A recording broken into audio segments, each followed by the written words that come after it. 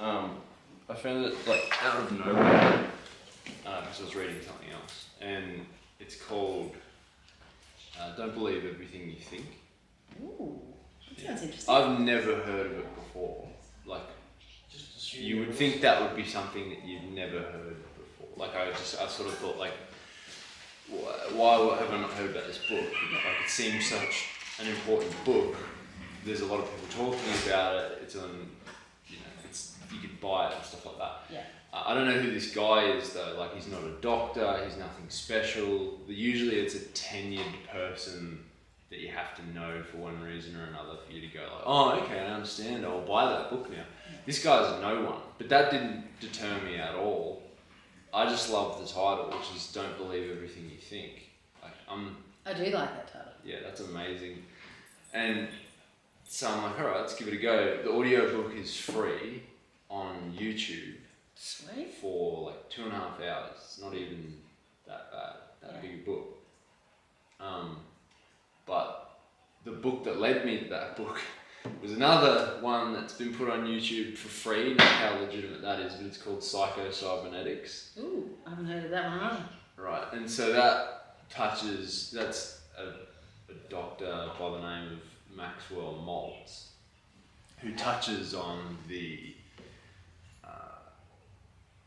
idea of our minds and our potential being locked up by our inner belief, our self-image, our self-talk, and our general thought patterns, which is something I feel like we hear all the time in all the self-help you've ever seen in your entire life. But this guy used to be a plastic surgeon.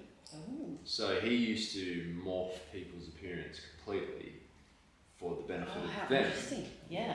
Because they were concerned with their outward appearance, their life, their fulfillment, their success with other people, and they're in their own lives. So they would go to this guy saying, I need a new nose because I look like this, and I know that that's thinking differently and it's affecting my life. A lot of people would go and get stuff done and their life would change completely after plastic surgery. And then other people would get very drastic work done, so much so that they were altered completely, almost objectively, to look better. And they continue, if not worsen, the story of their life before the plastic surgery. How interesting. Yeah. To have like a whole myriad of case files of those ends of the bell curve, Yeah. And so, like, what's interesting to talk about that book before the next book is that book is all of the sort of structured detail of this doctor's idea around your self-image is what causes your problems. It's not how you actually look and how you actually are, so you perceive yourself to be. The next book is like all of that condensed into, it's just your thoughts and that's it. So no one or no thing is ever making you unhappy. You are the only one making you unhappy. Yes, correct. Yeah. By your thoughts or your thinking, because he separates the dichotomy of thoughts and thinking. Ooh. Let's pause and consider that for a minute. What's the difference between thought and thinking? I think he says, his name's Joseph Yen, by the way, I'll show you his book, I'll give you the link to his book. He says thoughts are what, and this is where everyone will go, woo-woo, spiritual, whatever. And it's that thoughts are pulled from something inexplicable. An ether, if you will, like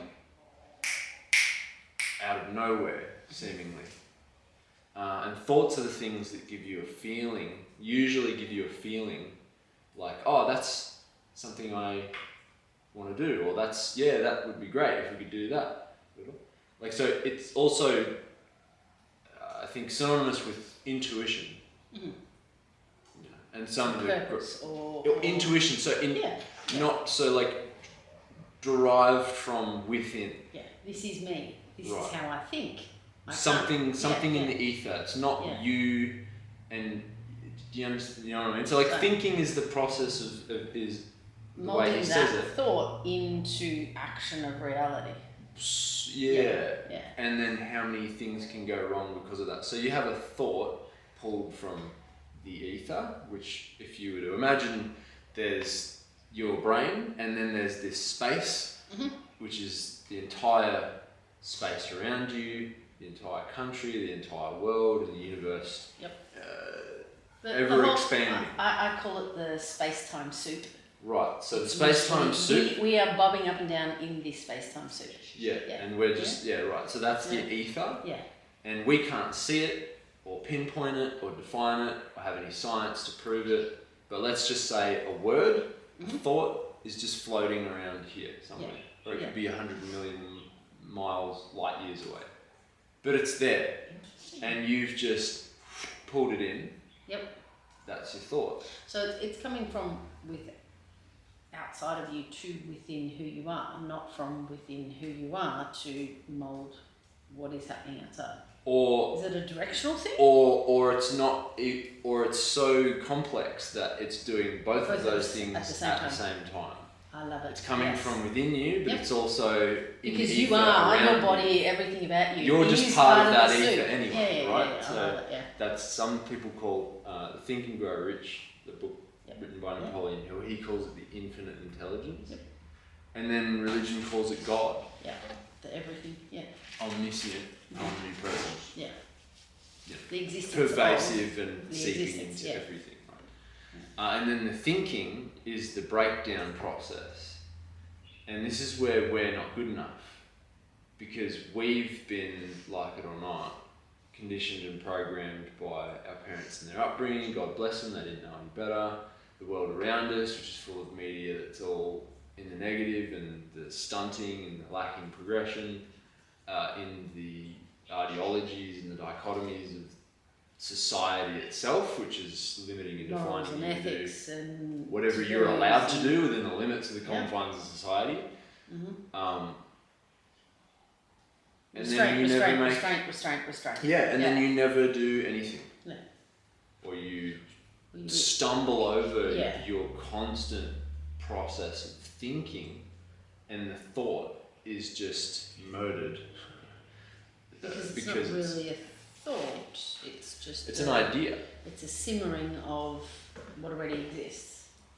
Is that what you mean? Like it's No, so it's, I think what he's trying to say is, when you're a child, you have all the imagination in the world. So there's a quote that Albert Einstein actually gave, that's the book, something to the tune of, your intuition, or Steve Jobs said, no matter what you think or how much you might pontificate on things, trust your intuition, it somehow just knows what to do. And that's sort of saying, let go of all of the need to be in control. Just allow a thought to come to you, and then you act on it. And you don't care about what people think.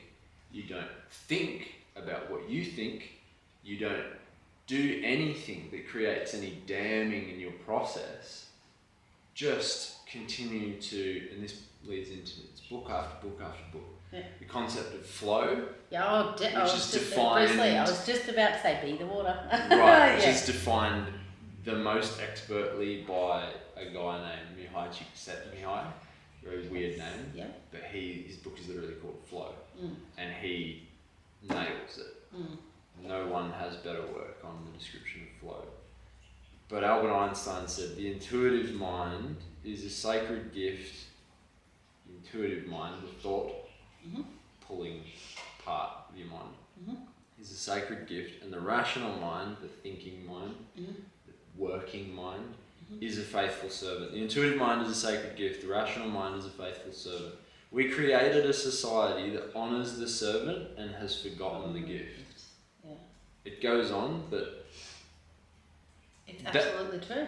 Yeah. That is to say, when you're a child, when you're thinking, when you're imagining, you're not thinking, because because you're not doing that yet. Your brain hasn't processed to do that yet, right? You're just pulling things from out of nowhere. You're taking inspiration, you've got imagination, and it's just, you're beaming in your life. You're miserable when you're not, because it's always one end or the other of the spectrum of emotion when you're a child. But the imagination is taught to be killed by the time you become an adult. Men in ridicule. School absolutely is an institution that is the directive of it is to do that, is to take away the architectural capacity of an individual to create their own reality. School is there to ensure that children don't create their own realities. They are servants to the current reality. Yeah. So which includes, like, and some people might go, "Oh, that's a little dramatic, isn't it?" But that's actually just a self-martyring to the fact that they know this is probably the truth. They do know. That is a premeditated excision of a child's ability to reach their potential when they grow up. Absolutely. Which is evil. That's like... No, but you have to understand that school's only 100 years old.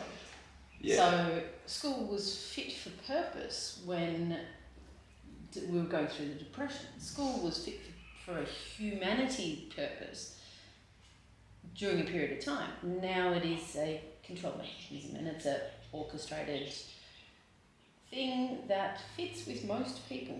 So most people can spend their days at school and do what it is that they need to do, but it doesn't fit everybody. Yeah.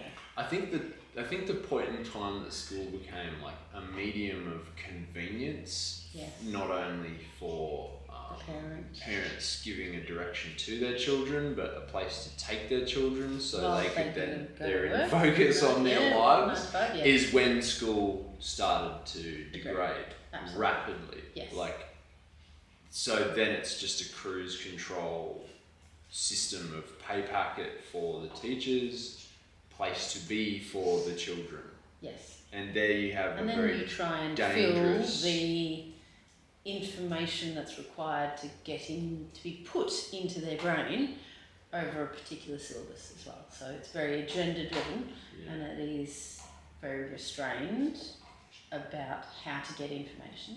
That's why scientists often come out of school with a different kind of mindset than most other students, business students or just general trained students. I think because scientists are taught to question the question. And they're taught thinking. They're thinking. And they're taught to be observant of what's going on with their situations and all of the possible opportunities outside as well. So I think that's why science is such an important subject to life science, is an important subject to teach children, regardless if they're at school or at home. You have to teach them that ability to think. Well, right. But if you do it at school, so it's that's not, and it can't be, because a lot of the people, it's really hard to say that school's doing nothing at all, because that's not the case. It's doing a lot. I think it could just be doing a whole lot in the wrong direction. Yep. And what you said right there is kind of like that could wrap this whole problem in its magnitude, which I would argue is almost catastrophic at this point. You don't have to argue very hard. No, so everyone would just agree with that, right?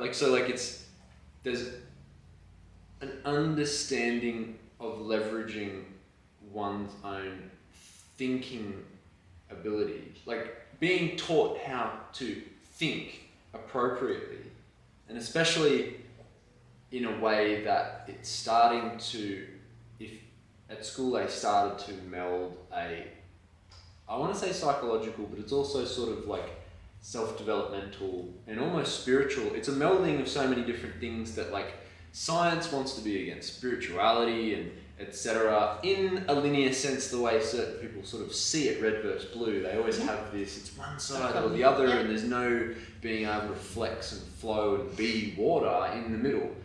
I think the greatest achievements that science will ever make, and they have made in the past, are going to be when there is a beautiful melding of the idea of the incomprehensible, which we'll call the spiritual, melding with the measurable,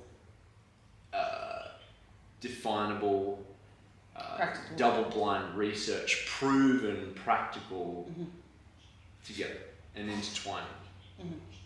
And I actually think this is where constructs like AI, large language models, because they have the capacity to compute further than we do, might hold part of that key when science melds with reality, but also creative imagination. Yeah. So we like, again, back to like what schools should be teaching to prepare us for what's coming.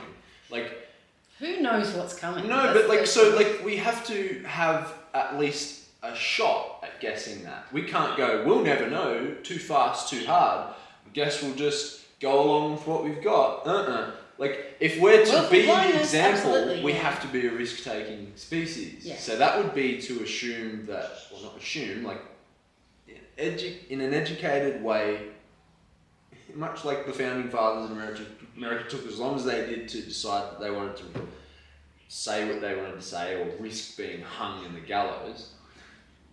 Be thoughtful, take your time about it, but eventually come to a decision that is not this metric-based, criteria-focused, process-driven thing that you do at school these days, and start to remember AI is going to do all of that 1,000,000 times better than we ever could. Exactly. So where do we come in? Where does school come in, especially? Yeah.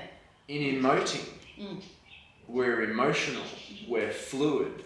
We're tapped into the God potential. We're tapped into the idea of we're all part of this great mystery universe. And one of our most powerful forms of emoting and communicating or progressing is in the affect of emotion. And emoting, like they say love is the answer, they say love is the most powerful thing in the world. Like this, I've often postulated this point of the melding of physics and the melding of psychology to that exact point. It's like the emotion is the reason why we are the body that we are in evolution. The emotion is the reason why we have developed the processes and the systems and the reality that we've developed. The emotion is the reason why I love my husband, therefore we settle down and we have kids and blah, blah, blah. But the physics of the situation is when I have kids, I need my blood pressure taken and the biology comes into play. So there's this extreme dichotomy, like you were mentioning before, between science, which is physics, and emotion, which is the humanity of it, and this esoteric construct of what we don't know, the godlike, the universe, all this kind of stuff. So I often play, I'd say on a daily basis, with trying to overlap the patterns of physics and the patterns of psychology together. And it's surprising how often they are crystal clear the same. They are literally the same thing in two different areas. Again, like we were saying with like the idea of a thought being in the ether and within you, which one is it? Don't try to red versus blue it. No, it's they're both. Yeah. And it's almost always both. Yeah. The dualities are an illusion, weirdly. Yeah, the same way I do you know, we need to define where positive bad and is bad and negative, good is good, but like at some point... Put it this way, let's flip it and make a physics analogy. If you have a positive particle and a negative particle, so they are only positive and negative because the other of the relationship between the two of them. And where is that edge point where they have an intersection? The edges, in my opinion, are a lie. They are a method of maths that we use to try and explain stuff, but they don't actually exist. There's no edges to anything. Like, if you think about it, there is no defined edge to anything. Everything, you look from the galaxy. Every time you go smaller and smaller and smaller to try and find that edge, you're never going to find it. Never going to find it. So the idea of a negative and a positive is utter bullshit, because it's the relationship between the two. Yeah. There's no edge. So you could give this even more efficacy with the idea that, like, we define this as that's a pretty soft edge, but like you could define that as an edge. Yep. But technically, that's just a vibration of frequency that at a point it's just creating the illusion of a solid for me that I can. Mm-hmm. So that's measurable, and we have to have measurables as humans to be able to navigate, or else we're just like this amorphous thing like blobbing through, and we're like, oh, that's not real, and we're just saying everything's not real. You remember the time-space soup that I was saying? Yeah. If we remove these edges, these constraints, these restrictions that are on us, it opens us up to the possibility of whatever the fuck we want. Mm.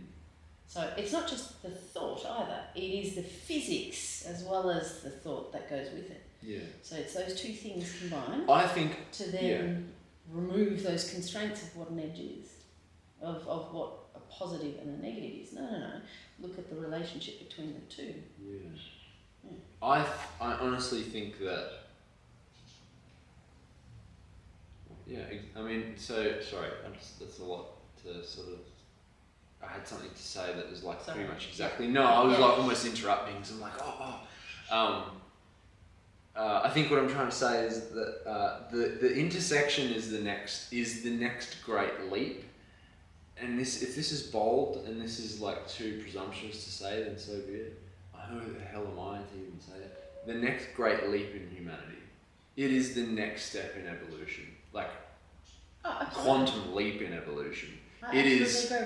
When AI, our polar opposite, almost at this point, because it's just in all metric and measure and understanding of the practicality of everything, it's just going to be infinitely superior. It's going to be the polar opposite of us, like an emotive, soft, finite, squishy, and undeveloped species. Slow. But then there has to be a reason for us to be in polarity. You don't have the positive, do you? So it's the relationship between us and them that is the life. Yeah. So what is that intersect between AI and humanity? So it's the Fibonacci sequence. It's things expand just as they expand. To expand. So for an example, for no other reason. Yeah, for no other reason.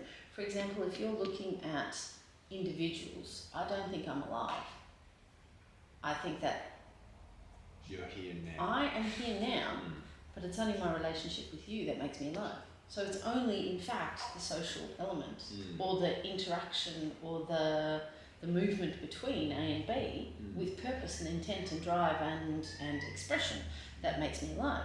If I was just me by myself, it's Schrodinger's cat. It's like I don't really exist unless you tell me that I exist. And so again, that comes from thought. Really, I mean, so Thought if you're thinking. actively, I'm still learning that concept, but yeah. So if you naturally say that, you naturally surmise that just comes from, you didn't have to go here and then here and then here. I string these things together until I come to the conclusion that I'm only alive because I'm talking to you. You just feel. No, I think it very much feel was alive. Join the dots. So, with that analogy, it's the same thing that. So if you take it down a step and you say your proteins make a cell, the function of a cell and the purpose of a cell and the reality of the life of the cell, the intention of its movements and its actions, the life of that cell is only made up because of the sum of the parts.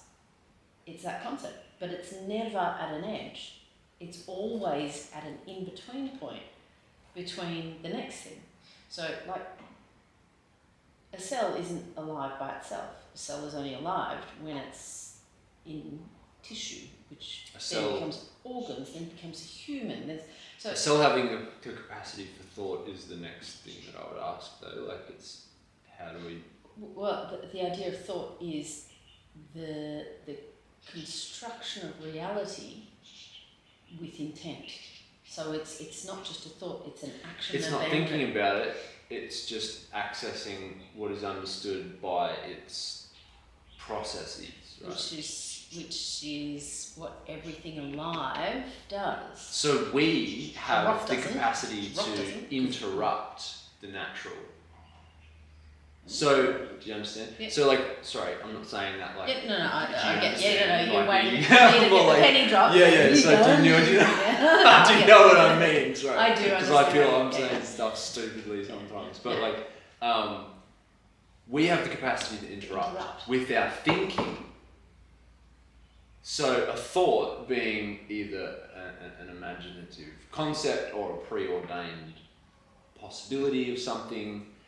The cue, an action and response. So the imaginative idea or the thought is the cue. The action is us in our thinking and acting process, and the response is the effect of it having come into reality after it was once a thought. And so we interrupt at the junction. We interrupt at the thinking. I don't think we do, because I think... No, we absolutely do, because if we have a negative self-image, I'm a perfect example. Throughout my entire life, I've dealt with my own self-inflicted procrastination, imposter syndrome, a continuous recalling of past events, rehearsing arguments in my head with people, just in case they ever happen, and they never do. Yeah. Or maybe they do, and they don't play out how I thought they were going to do in my rehearsal, whatever. These are all unnecessary, rubbish wastes of time that have done nothing but to impede you and stamp out your progress onto completing the thing that you wanted to do. So at any particular point you say, I want to do this, and you so innocently say it in such a happy and imaginative and childlike way. You say, I want to do this. And then at some point you go, but you've got this, and you're kind of weird looking, and you couldn't do that because you've never proven you've done that. And, you're not a doctor. You're not, whatever. You bring so many things that will damn you off. Is that possibly because you're not meant to be those ideals in your head? They're because we decide to self-depreciate. Maybe the time-space soup has a plan for you. And it is keeping to forfeit to destiny is to basically never be able to create any meaning in your life. Because it's always preordained and you are never at the wheel. No, but what if your destiny is you finding who you actually are meant to be? I think that happens through the failures that you'll come across inevitably. But those restraints that are put on you are literally a guiding path to produce... No, hold on. Not the restraints that are put on you. No, you put the on restraints yourself. you put on you yourself. You put on yourself, yeah. But that is literally your ordained destiny to guide you down a pathway. You'll get there eventually. Which is to say that you 50. decide to... So I think... I'm nudging on 50 and I'm only just opening up my potential and my risk taking again. Yeah. Like they say the best work happens after you're 40. Yeah. Wait, I'm 8 and then years it gets behind. exponentially better as you get older. So the idea is, it actually might be quite interesting to take it as a perspective of a female to a male, again, because gender is different because of reality. I have had a purpose, and that purpose was to get together with Jamie and have two of the most important life creatures on the planet. That was designed. You thought about that? Didn't think about it. It happened, and I executed innately what it was to be. Yeah. It came to you that you wanted to do that. That's your thought. So that's so that will help you understand the definition of and this isn't set in stone. This is just coming from Joseph Yen's interpretation of the idea between thought and thinking. He separates them so as to allow you to have the word for your intuition, your higher guidance, your thought without thinking, your inspiration that comes to you. I had to fuck up. We had to literally go our separate ways, and we did for 5 years. Yeah. We spent 5 years together, but then we fucked up. For you to grow. And we did those things. So those thoughts of turmoil, those thoughts of the things that broke us apart were literally still part of the destiny that was bringing these two lives into being. And then, now that I've had these two creatures and I've mothered them and nurtured them enough to be their own singularities, to have their own thoughts and their own capacities, I can step away so that they can choose to make the questions that they want to ask. So I've left them now to be who they are, and I now have another purpose in my life that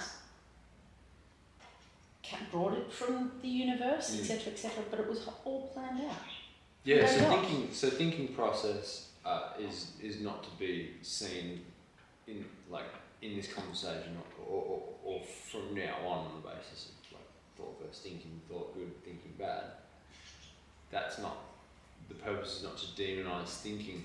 It's to I think one of the things, I can't remember, butcher the quote, I paraphrase it, but again Joseph says, and this is a quote from somebody else, I can't remember the quote, I'll find it.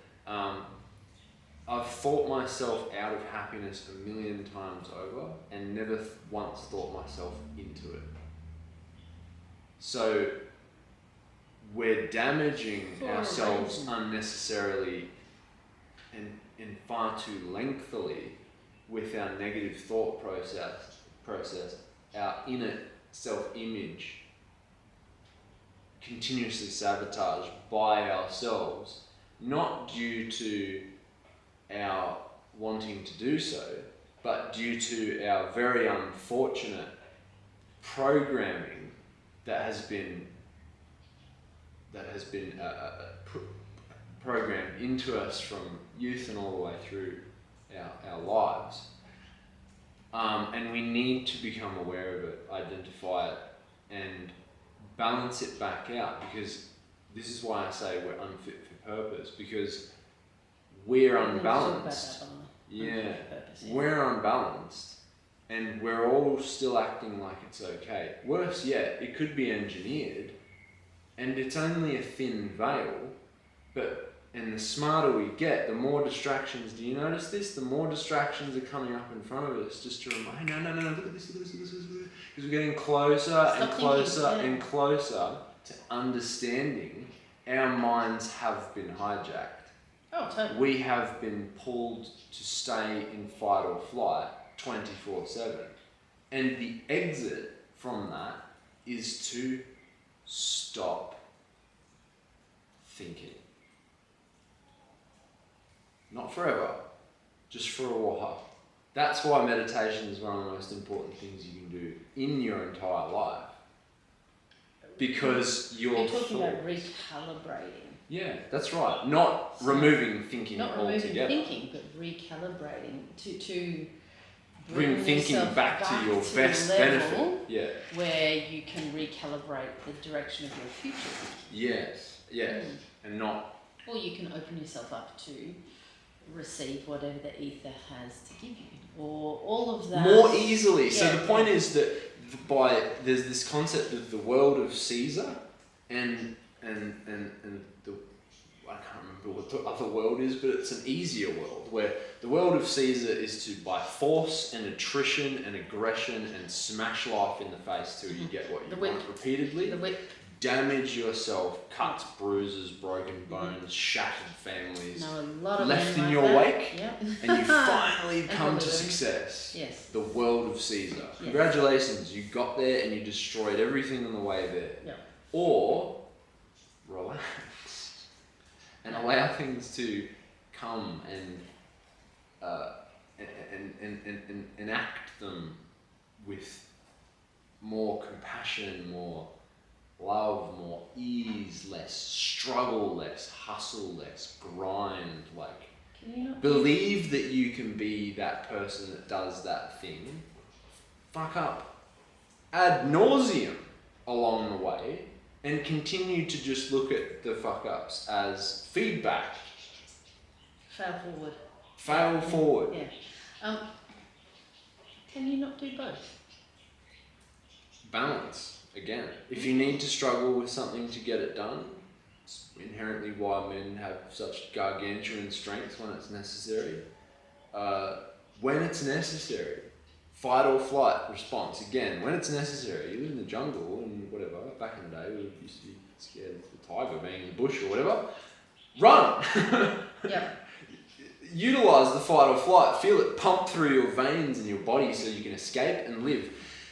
Being engaged in fight or flight, just walking down the street, thinking somebody looked at you side-eyed, and that could have this never-ending string of consequences in which maybe they're following you or they know you somehow. This could be blah, blah, blah, blah. And that's one instance where you have 20 instances where your fight or flight's triggered over and over again by some concrete jungle standard of life, and not life or death is in front of us. So how would you say your destiny, your genetics, your programming, your existence of who you are and your relationship with everybody around you is preordained to provide you with that fight or flight? Hunter-gatherer mentality, unfit for purpose. That's exactly. That's where we're going, isn't it? We're not good enough. Mm. For all of this, the camera, us, the technology, the fact that I can get this out to an audience of millions if they wanted to watch tomorrow, we're not good enough for that.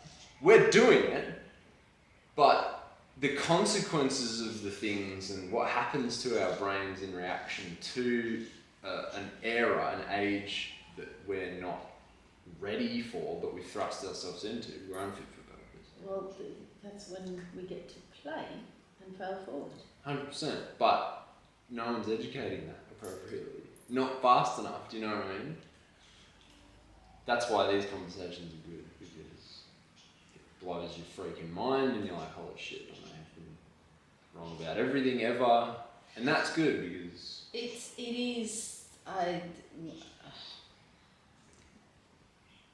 one of my most favourite mathematical equations is dealing the deck of cards and the 170 octo-Argentinian opportunities. And why wouldn't you want to play cards? Why would you consider it a business? Or why would you... Would you let that stop you from wanting to play cards? Yeah. If you found out about that statistic. Yeah. It's like, I still want to play cards. Not because I want to play cards, but because I want to connect with the person who I am playing with. Yeah. It's in that freedom of play. Yeah. Your chances are as good as theirs too. So like the outcome of that many cards, let's say the odds are stacked against you in this instance, if you were to know. Which you don't. Neither do they. Are you going to let the idea of the odds being horrible for you stop you from playing cards, doing something fun? Is that not the same mentality that you can take walking down the street, knowing that that dude could be after you? Precisely. You can turn that into a play. As in, you can turn it into a system of self-agency that works for you. That is... Maybe I want to join the Secret Service. Maybe I need to find out what's happening. That's a huge story arc, but yeah. Curiosity and the ability to take that genetic mentality, that preordained destiny, and look at it as not we are useless and we are not fit for purpose, but we're fucking kids. Well, you're talking about so you're talking about a retooling of the idea of a negative into a positive. Again, that's like... It can't be both. It's not a negative and a positive.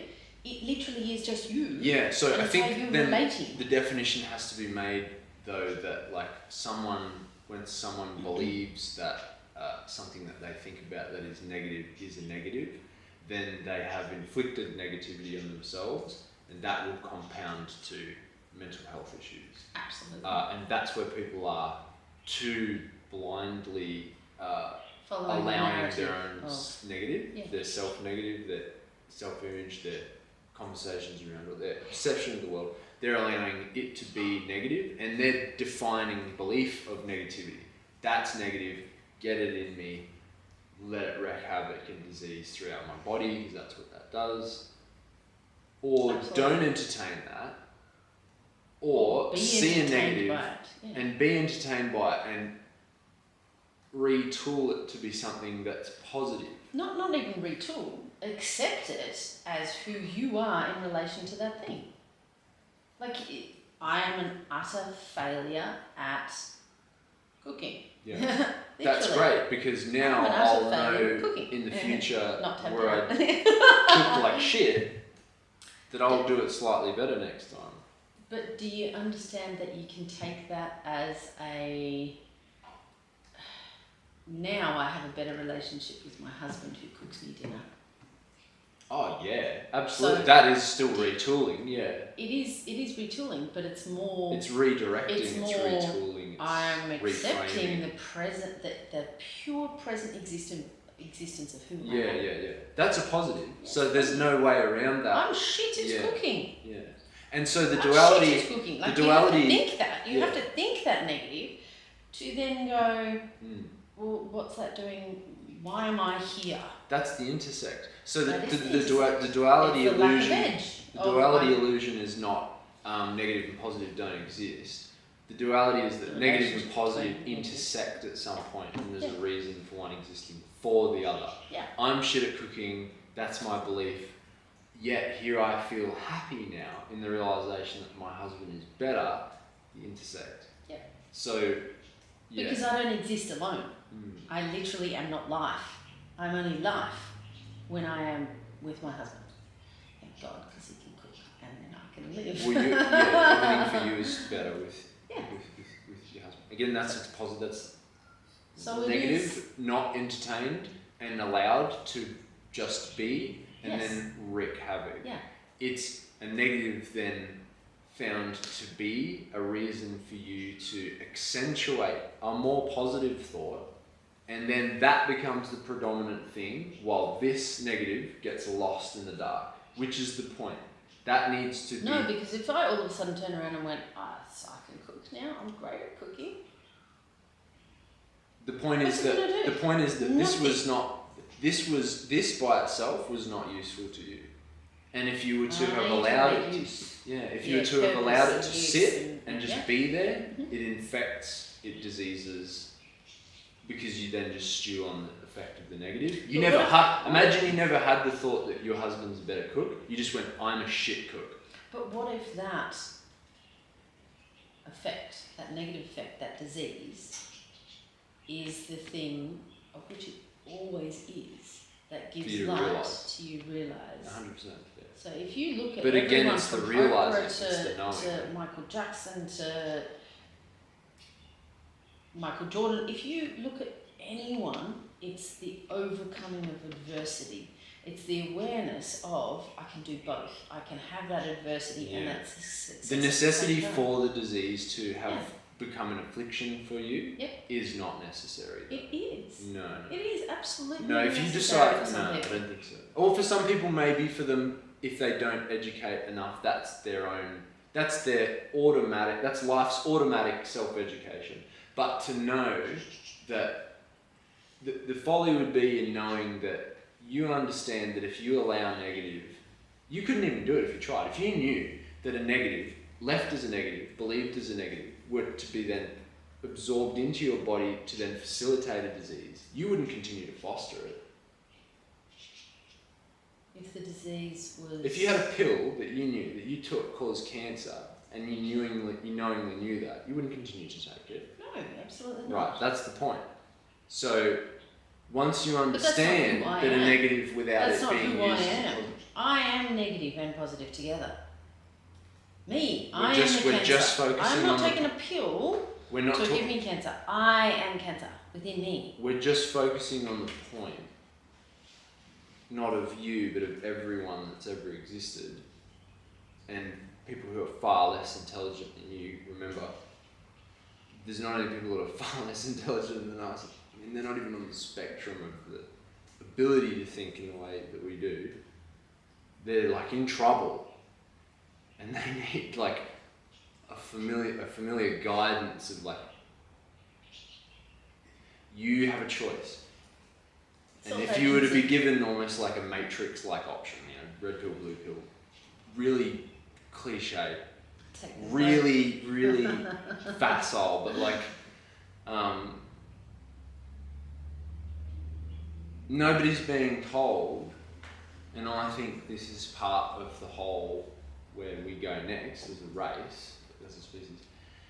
Nobody's being told that your innate negativity, that therein when you believe and you take on board, and it may have stopped you from talking to the girl that you like, it may have stopped you from taking the job that you want, it may have stopped you from even believing that you could flesh out a resume that looked anything like the job you could take.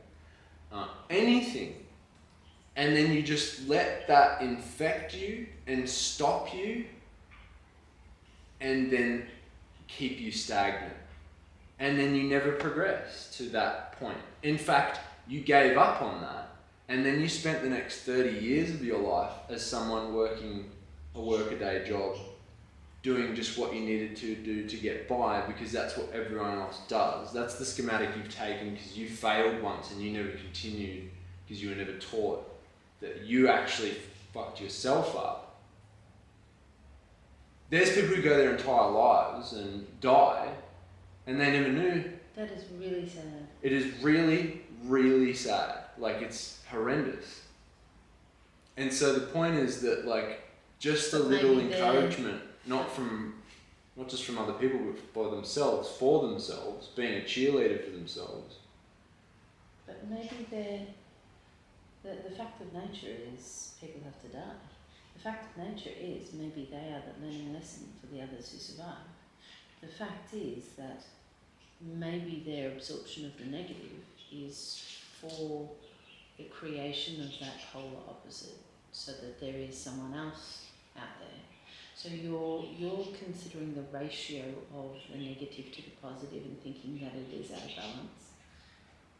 Maybe that is just the existence of this moment in time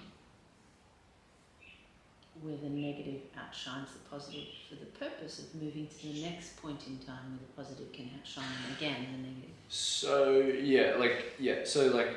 what we're speaking about is not the idea of a sweeping, unstoppable mass adoption of the entire human race becoming positive and there is no negative anymore.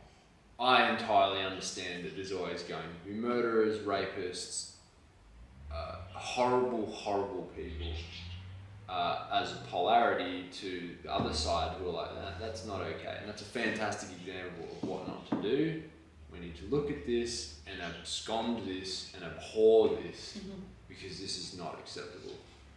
That needs to exist. This conversation, for anyone who gets any kind of insight from it, is for you to realise that if you're on the good side and you're still incorporating too many elements from the dark side, damaging yourself, limiting yourself, stopping yourself. Have you heard the idea of like when they dam up a river and they wonder why all the fish start dying? Because the ecosystem of the river's been fucked up because they've got a dam there now. Yeah. That's our dam, right? Yeah. And then you could say where you're coming from is but the use of the dam is facilitating a medium of us harnessing energy and using it for our good and stuff like that. Imagine if you had 4 dams and you only needed 1. Does that make sense? Yes. Yeah. Yes. Oh, that's a really good. That's the brackets of the equation. Yeah. That's going to be completely depleted on that. I think it's just. Hopefully it's on. No, it's still going. There's 2 minutes left, so that could just be the end of it.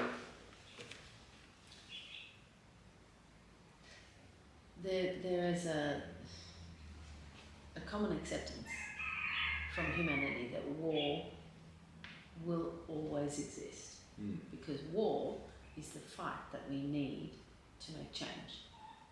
So the idea of saying you can't have a war within yourself is not reality, because you will always have a war within yourself. The same way society and humanity will always have war. I hate that idea. I would love nothing else except for peace, where no one gets hurt, no one thinks a bad thought, no one wants to harm anybody. I would love that idea. But that's not reality. That's not the nature of nature. We need that polarity. And unfortunately, we need to be able to fight the war within ourselves to then go out into the world and fight that relationship between you and I. So that war, that negative thinking, that I'm not good enough, that society's not good enough, that's the war that you need to fight. Yeah. And to get understand. to a point where the positivity can overcome it, and peace can come again. And so it's the understanding. It's just that's there for a reason, and it's always going to be. Understand its mechanism and harness more of what's useful to you than what is being automatically fed to you. And play. Yeah, 100%. From within. Come back to being a child. Have that imagination. No, let that imagination play as an adult. become playing reality. as an adult is 10 times better than playing as a kid. Once you get past the fact that you have to be responsible for those little snot problems, once you've got past that, playing as an adult, as you were saying, post 40, post 50, playing as an adult with the wisdom and the knowledge and the acceptance that you will always have a war within you, and the acceptance that there is no edge between my positive thoughts and my negative thoughts. It's all that relationship together. And then you take it to the next level, and the patterns repeat itself, and they just get bigger and bigger and bigger, or smaller and smaller and smaller. There's never an end to either end. I just relish the war. That's the journey.